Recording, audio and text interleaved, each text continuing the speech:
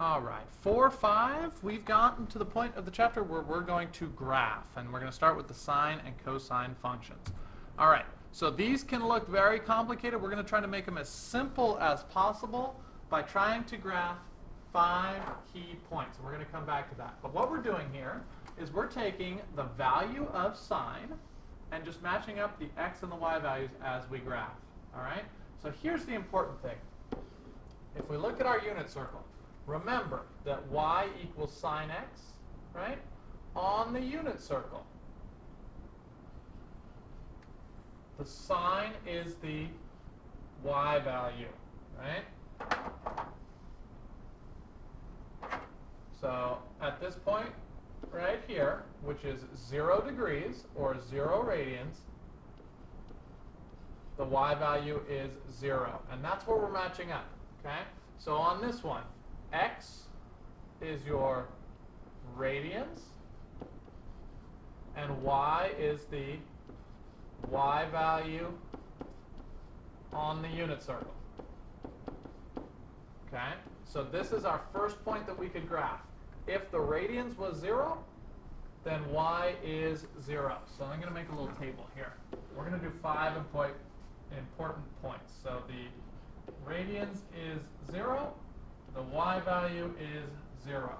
Let's move up here to 90 degrees, and this is 0, 1. Okay? At this point, what's our radians? The radians here is pi over 2. So that's our second important point. Pi over 2 matches up with a y value of 1. All right, third point, we're going to jump over here to 180. That's a radians of pi. And here, our y value goes back to 0. So pi is going to match up with 0. Fourth point down here, this is 3 pi over 2. And here, we have 0, -1. So if the radians is 3 pi over 2, then our y value is -1. And finally, we're going to just finish the circle. We're back to where we started. Okay, right back here again. So again, our y value is 0. But we're going to say, okay, we're talking about the end. So not at 0 anymore. We've come around a whole circle, which we've talked about is 2 pi. These are going to be our 5 important points that we're going to graph. And here we go. 0, 0 is the first one. Pi over 2 is our x, and 1 is our y. Then we go to pi and 0. Fourth point, -3 pi over 2 and -1. And fifth point, 2 pi and 0. Now those are the 5 we graph, and you'll notice here that the graph continues, but it continues and it repeats, going in the negative direction and going in the positive direction. It's just starting over what we've already done here, okay, with this period of 2 pi. So the period means how long until it's going to repeat. So every 2 pi, every full circle, our graph is going to repeat. All right, so that's the key. All right, here is cosine. It looks almost identical, except from the unit circle, we'd be pulling the x values instead of the y values. So when the radians is 0, right here, the x value is 1. I'm not going to write down even the y. So we have 1 right here. When we spin up here, the x value is 0. So here's our second point. Use a better color so we can see. We have these two. When we come over here, we have, that's pi, and our x value is -1. So at pi, we've gone down to -1. We come over here to 3 pi over 2. What's our x value? It's back to 0. And then to finish at 2 pi, a full circle, we've come back, and our x value is 1 again. All right? So you'll notice a couple key things here. Cosine starts at 1, goes through 0 to -1, back through 0, and back to 1. So it starts high, finishes high. You'll notice sine starts at 0, goes up, down, and finishes at 0. And those are the patterns we're going to repeat. All right? So 5 key points. This is noted in your textbook here. All right, and we're going to talk about some shifting that's going to go on here in a little bit. All right, so D, right here, that is outside. It's all by itself. If you remember from all of our shifting problems we've done in the past, if it's a number out by itself, that's a vertical shift, up and down. Okay? A, this is a multiplier. So if you remember, that's a stretch, how much we're going to stretch our function. B is going to be our period, and we're going to deal with that in a second. And then C, since it's inside here with the x, is going to deal with our stretch. Our horizontal shift, side to side, right? This is the thing with the x, so that's always sideways. That's problems we've done in the past with parabolas, straight lines, all of those shifting. Okay, same rules apply. All right, so let's take a look at this. Use key points to sketch a sine curve. All right, so here we go.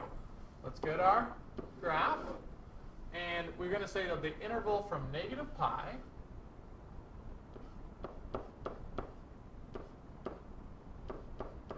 pi over 2, 0, pi over 2, pi, 3 pi over 2,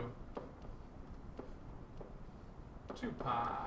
And we got to keep going all the way out to 4 pi. So we've got 5 pi over 2, we've got 3 pi, we've got 7 pi over 2, and we've got 4 pi. All right, so let's get our basic curve. We know for sine, we're going to start at 0. Okay? Normally, our next one would be up here at 1. But since we have a stretch factor of 2, we're going to stretch that and go up to 2. So our next point would be at 2. The third point comes back down. The fourth point comes down to negative 2. And then we're back up to 0. And that's our one period of the sine curve. Just like that. All right. Now it does ask us to graph it for more, but now we've gotten everything that we need. At this point, it's just going to repeat. So it's going to go back up, back down, and back up. It'll finish there. So this is our second period. And we can go backwards as well. So here we're going to keep going down and come back up and land right there. So 5 important points, and then everything repeats off of that. Here's our 5. 1, 2, 3, 4, and 5 for a full period of sine. All right, see if you can put all that together and give me a graph of y equals 5 sine x. It should look almost identical to the one I just did. All right, so we talked about it briefly in that last problem. So we have the stretch factor. And now for these type of problems, the sine and the cosine, we're going to have a special word for that stretch factor, and it's called the amplitude. All right? So the amplitude is half the distance between the top and the bottom, the max and the min. Right? The amplitude here is 2, but from the top all the way down to the bottom is a distance of 4. Right? So the amplitude is half the distance from the top to the bottom. So on the same coordinate planes, let's sketch these graphs. 1/2 cos x and 3 cos x. And I'm just going to do one period from 0, pi over 2, pi, 3 pi over 2, and 2 pi. That's a full period. All right, I'll do this one in green. So it'll just go up to 1/2. And cosine starts high, comes down, 1/2, goes back up, and finishes high again. So that's going to look like that. And then we have a stretch of 3. I'll do that in blue. So we start up at 3, go down to 0, go all the way down to 3, back to 0, and finish again at an amplitude of 3. Curves like this. All right, half circles all over the place. And that should look familiar because where are we getting these things from? We're graphing the unit circle, and the unit circle is a circle. So when we break it up, it should look like pieces of a circle. All right? So your job, do the same thing, 41. See if you can do a cosine, but 1/3 this time. That's your amplitude. All right, so now let's talk about the period. The period is how long from the start to the finish. So normally it's 2 pi, right? We start at 0, we end at 2 pi. But if there's a b, if there's a number next to the x, okay, then we're going to have to divide that away. And that becomes our period. So in this one here, we have sine of x over 2. I can rewrite that as y equals sine of 1/2 x. So that's our b. b is 1/2. So let's figure out what's going to happen to the period. The period is 2 pi divided by 1/2, which is times 2. So now our period is 4 pi. So now, when we go to do our graph, we're still going to have 1, 2, 3, 4 tick marks. We're still going to start here and graph this. Let me do the 5 important points. We'll start here. We'll go up to 1, come back down, go down, and finish. That's going to be our curve. But our tick marks are going to be different in this one because normally we would end at 2 pi, but in this problem we're going to end at 4 pi. Let's figure out what the other tick marks are. What's half of 4 pi? 2 pi. What's half of that? Pi. And so now we know each tick mark is a pi, so 1 pi, 2 pi. This one would have to be 3 pi, and we did start at 0. Okay? All right, so we're going to have to stretch out the period in a few of these problems. See if you can do that for problem 43. All right, so now we're going to put a couple translations in here together. All right, so we have the amplitude, we have the period, and we have the left and right endpoints can be determined by solving these equations. Bx minus c equals 0 and bx minus c equals 2 pi. All right, so we can get the start and the endpoints of a one period, which is very helpful for when we're doing our graphs. So in this case, we do have a shift right here. So let's see if we can set these up. Bx minus c equals 0. I'm grabbing that from here.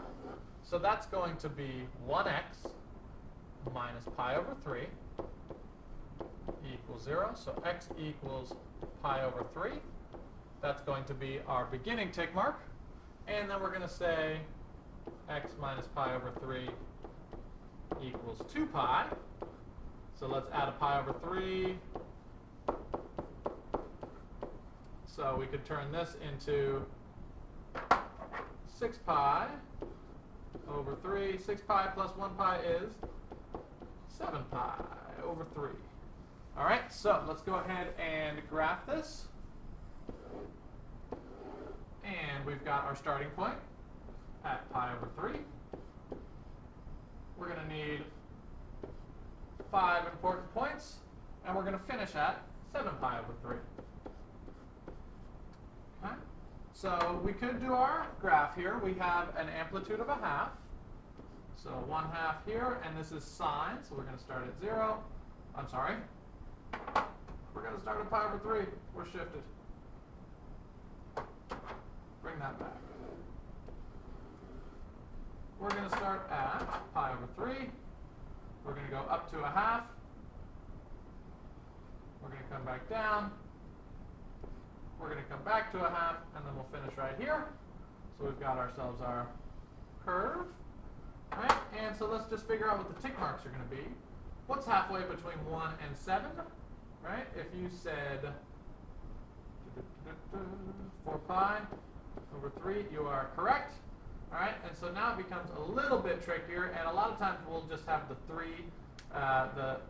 endpoints in the middle, but if we really wanted to figure this out, we could add this up. Pi plus 4 pi over 3, right, is going to be 5 pi over 3. We want to cut that in half, right, to find the halfway point, so that's going to be 5 pi over 6. Okay, and the other one is going to be 11 pi over 6. Got to be good with your fractions there to figure out all the points. All right, so see if you can do the same thing for 49.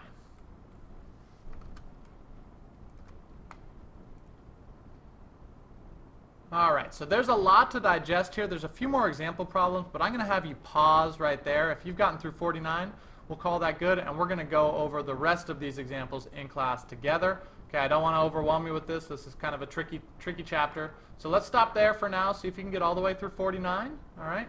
And then the rest we'll take a look at in class. So any questions so far we'll go over, but let's stop here and see if we can just get that much. All right, good luck.